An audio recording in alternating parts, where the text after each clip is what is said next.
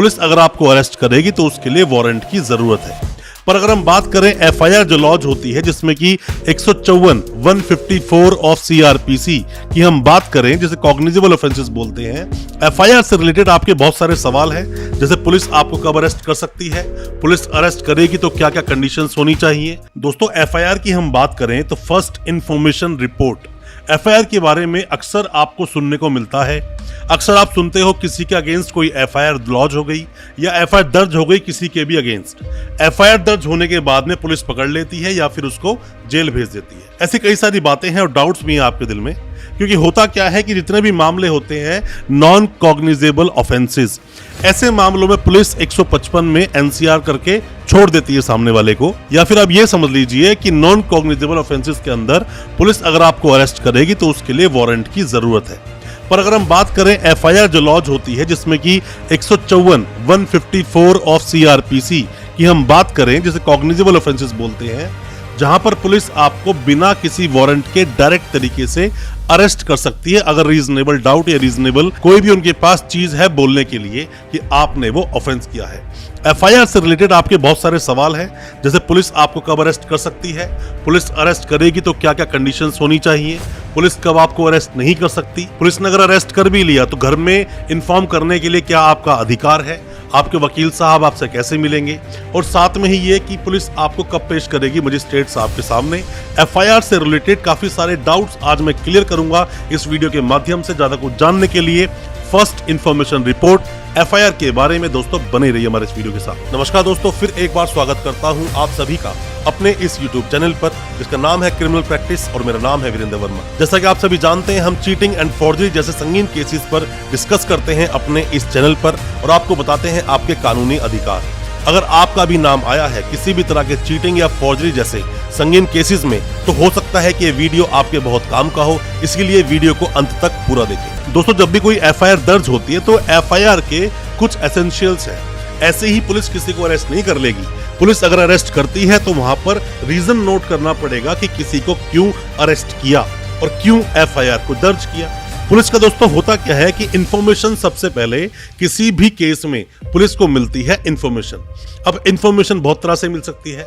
कोई भी व्यक्ति पुलिस स्टेशन जा सकता है बताने के लिए, जिसको इन्फॉर्मेंट हम बोलते हैं, जो इंफॉर्मेशन देता है। तो कोई भी इंसान पुलिस स्टेशन जा सकता है, कोई भी कॉल करके इंफॉर्मेशन दे सकता है, कोई भी रिटर्न एक कंप्लेंट दे सकता है, इन्फॉर्म कर सकता है कि क्या इलीगल एक्टिविटी चल रही है। ये सब चीजों की तरह से इंफॉर्मेशन मिलती है। जैसे ही पुलिस को इंफॉर्मेशन मिली, अब वो जो चीज होगी दो तरह से होगी। या तो होगी कॉग्निजेबल, मतलब कि पुलिस आपको डायरेक्ट तरीके से अरेस्ट कर सकती है, जिसको हम बोलते हैं सीरियस नेचर के अपराध। या तो होगा नॉन कॉग्निजेबल, जो कि सीरियस नेचर के अपराध नहीं होते, पुलिस डायरेक्ट तरीके से आपको अरेस्ट कर नहीं सकती। दोस्तों, आपने अगर कभी भी कोई भी एफआईआर लॉन्च करवाई है, एफआईआर दर्ज करवाई है, या आप पर कोई भी एफआईआर दर्ज हुई थी, तो क्या क्या समस्या, क्या क्या परेशानियां आपने झेली, क्योंकि अक्सर पुलिस स्टेशन में जब आप एफआईआर करवाने जाते हो आसानी से एफआईआर होती नहीं है, और जिस पर एफआईआर हो जाती है पुलिस उसके साथ गलत तरह का व्यवहार करती है। अपने एक्सपीरियंस को कमेंट बॉक्स में जरूर बताना, ताकि और भी लोग उससे अवेयर हो सके। पुलिस को वारंट की जरूरत नहीं है अगर कॉग्निजेबल ऑफेंस हुए, मतलब सीरियस नेचर के जो अपराध होते हैं। जितने भी मामले आप देखोगे फॉर्जरी के रिलेटेड होते हैं, या फिर रेप होता है, कोई भी लूट कहीं पे होती है, डकैती होती है, मर्डर होता है, पॉक्सो होता है, एनडीपीएस, और ये सभी ऑफेंसेस कॉग्निजेबल की श्रेणी में आते हैं। अभी दोस्तों हम लोग बात कर रहे हैं एफआईआर की, जो कि the code of criminal procedure 1973 के जो सेक्शन 154 में लिखा हुआ है, जहां बोलते हैं information in cognizable offences. Cognizable offences में जो इंफॉर्मेशन मिलती है पुलिस को, उसके अनुसार उसके आगे कार्रवाई करती है। अब दोस्तों होता क्या है कि पुलिस को जैसे भी इंफॉर्मेशन कहीं से भी अगर मिली है, तो उसका एसेंशियल पॉइंट क्या होता है कि इंफॉर्मेशन जो उसको मिली है, जो भी पुलिस स्टेशन में इंचार्ज था उसके पास वो इन्फॉर्मेशन आई। अब ओरली भी आ सकती है, रिटर्न भी आ सकती है। ओरली अगर आप जाके बोलते हो तो पुलिस वाला उसको बैठकर लिखेगा। आपने रिटर्न में दे दी है तो रिटर्न कंप्लेंट उसको मान लिया जाएगा। अब होगा क्या कि जैसे ही आप कंप्लेंट होगी तो वहां पर आपके साइन भी लिए जाएंगे कि आप साइन कर दीजिए कि आपने ये कंप्लेंट हम लोगों को दी है या इन्फॉर्मेशन दी है। और साथ ही पुलिस उसको जीडी मतलब कि जर्नल डायरी में उसकी एंट्री कर देगी, और उसमें एंट्री करना बहुत जरूरी भी होता है। और साथ ही पुलिस ने जो भी एफआईआर लिखी उसकी एक कॉपी आपको फ्री ऑफ कॉस्ट दे दी जाएगी। ये आपका अधिकार बनता है। अब दोस्तों बात ये आती है कि ऑब्जेक्ट क्या होता है किसी भी एफआईआर को फोर्स में लाने का। होता क्या है कि ये क्रिमिनल लॉ को मोशन में लाता है कि अब किस तरह से क्रिमिनल एक्टिविटी आगे शुरू होंगी, किस तरह से क्रिमिनल प्रोसीजर चलाया जाएगा किसी भी व्यक्ति के अगेंस्ट में, और साथ में ही अर्ली इंफॉर्मेशन जो मिलती है ऑफेंस के अगेंस्ट में, वो भी इंफॉर्मेशन का एक ये ऑब्जेक्ट होता है। अब बात हम करते हैं दोस्तों इसके अंदर कि पुलिस करेगी क्या। जैसे ही पुलिस को कोई भी इंफॉर्मेशन मिलती है कि कहीं पर भी कोई भी इलीगल एक्टिविटी हो रही है या हुई है, तो पुलिस पहले प्रिलिमिनरी किसी तरह से एक इन्वेस्टिगेशन करती है। दोस्तों ऐसा नहीं होता कोई भी व्यक्ति गया, उसने कुछ भी बोला, पुलिस ने सीधा मान लिया। बिना एविडेंस के पुलिस ऐसे एफआईआर दर्ज नहीं करेगी, और कुछ ना कुछ कनेक्टिंग चीजें होनी चाहिए। इसीलिए पुलिस किसी भी तरह से एक शुरुआत करने के लिए, जिसे प्रिलिमिनरी इंक्वायरी बोलते हैं, शुरुआती जांच करती है।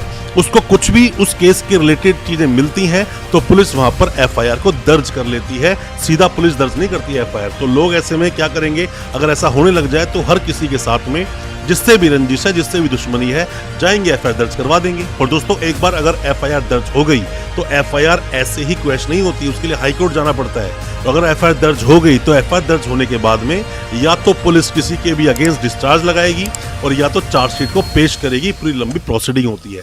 किसी भी व्यक्ति को अगर पुलिस ने पकड़ लिया और मान लीजिए कि आप जाते हैं एफआईआर दर्ज करवाने के लिए, पुलिस आपकी एफआईआर को दर्ज नहीं करती है।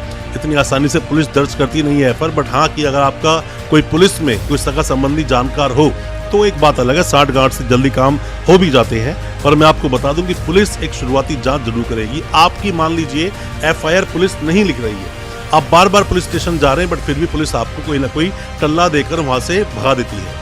तो ऐसे में आप करेंगे क्या, वो कंप्लेंट को लिखित रूप से, कंप्लेंट को पूरी अपने हाथ से लिखें, साइन करें, फोन नंबर लिखें, वहां पे अपना एड्रेस भी लिख दें और लिखकर सीधा उस थाने को पोस्ट कर दें। पोस्ट करने के बाद में कुछ दिन आप वेट करें, 2, 4, 5 दिन। अगर आपके पास रिप्लाई नहीं आया तो उनके आला अधिकारी, डीसीपी साहब जो भी आपके एरिया के होंगे, जो भी जोन के होंगे, उनको आप पोस्ट कर दें। एक्शन दोस्तों जरूर होगा। फिर भी आपकी एफआईआर दर्ज नहीं होती, कंप्लेंट पर कोई भी एक्शन नहीं होता है, तो आप क्या करें, सीधा कोर्ट जाएं, 156(3) का सहारा लें और उसमें वकील साहब की आपको हेल्प लगेगी, आपको हेल्प लेनी होगी। वही आपकी कोर्ट के थ्रू आपकी एफआईआर को दर्ज करा पाएंगे। दोस्तों किसी भी कॉग्निजेबल मामले में, कोई भी संज्ञेय जो मामले होते हैं, कोई भी अपराध जो सीरियस नेचर के होते हैं, उसमें पुलिस को एफआईआर दर्ज करनी ही पड़ती है। मैंडेटरी प्रोविजन है।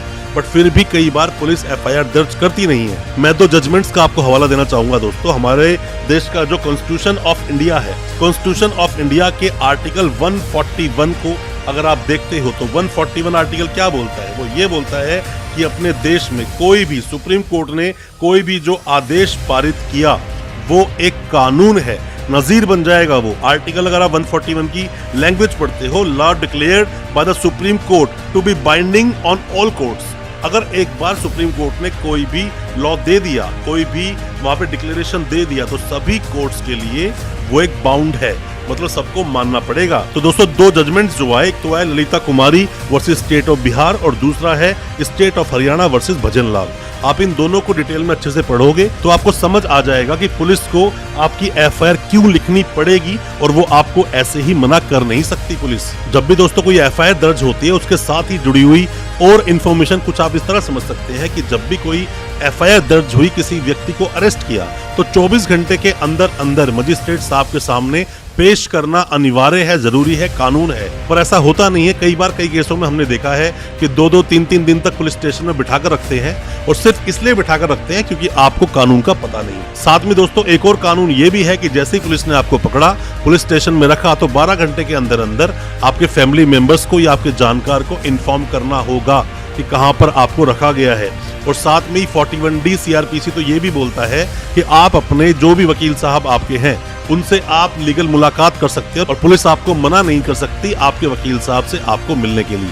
कोई भी दोस्तों किसी भी तरह के सवाल आपके दिल में है, कोई भी डाउट्स हैं किसी भी चीज को लेकर, एफआईआर को, बेल को, किसी भी चीज को लेकर, कमेंट बॉक्स में अपने सवाल जरूर पूछना। और हमारी वीडियो को ज्यादा से ज्यादा अपने दोस्तों, परिजन, परिवार में शेयर करें ताकि वो भी अपने आप को कानूनी जानकार बना सके। हमारे चैनल को अभी सब्सक्राइब करें, साथ में लगा बेल आइकन जरूर दबा दें ताकि इसी तरह की लीगल अवेयरनेस की वीडियोस आप तक पहुंचा सके सबसे पहले। बहुत बहुत शुक्रिया, धन्यवाद हमारे इस वीडियो के साथ बने रहने के लिए।